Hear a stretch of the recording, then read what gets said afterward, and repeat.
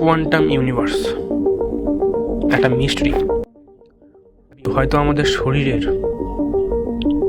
একটি কোষের মধ্যে পুরো মহাবিশ্ব লুকিয়ে আছে। কীভাবে বোঝার চেষ্টা করব।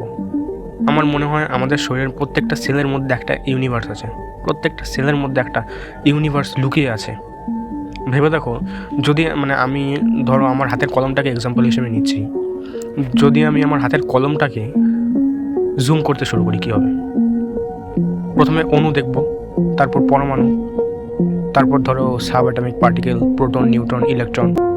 ওইভাবে দেখতে গেলে একটা পেনের ভিতরে কত কিছু লুকিয়ে আছে। এক সময় আমরা এমন এক স্তরে পৌঁছাবো যেখানে বাস্তবতার সংজ্ঞাই বদলে যাবে।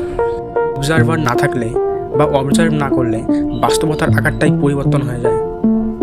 তাহলে কি আমরা শুধু একটাই মহাবিশ্বে সীমাবদ্ধ, নাকি আমাদের প্রতিটা কোষের গভীরে অসংখ্য মহাবিশ্ব লুকিয়ে আছে? এইভাবে যদি আমাদের মহাবিশ্বকে কেউ বিশাল আকারে জুম করে দেখে, তাহলে হয়তো দেখবে আমরা কোনো বিশাল জীবের একটা কোষ মাত্র, যে আমাদের কল্পনার বাইরে কোনো এক অনন্ত বাস্তবতায়, অনন্ত রিয়েলিটিতে বসবাস করছে। এটাই কোয়ান্টাম ইউনিভার্স, বা এটাই হলো কোয়ান্টাম ইউনিভার্সের বিস্ময়।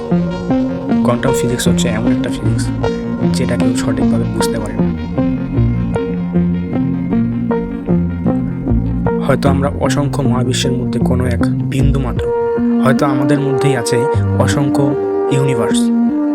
আমাদের একটা সিঙ্গেল সেলের মধ্যে হয়তো একটা ইউনিভার্স লুকিয়ে আছে।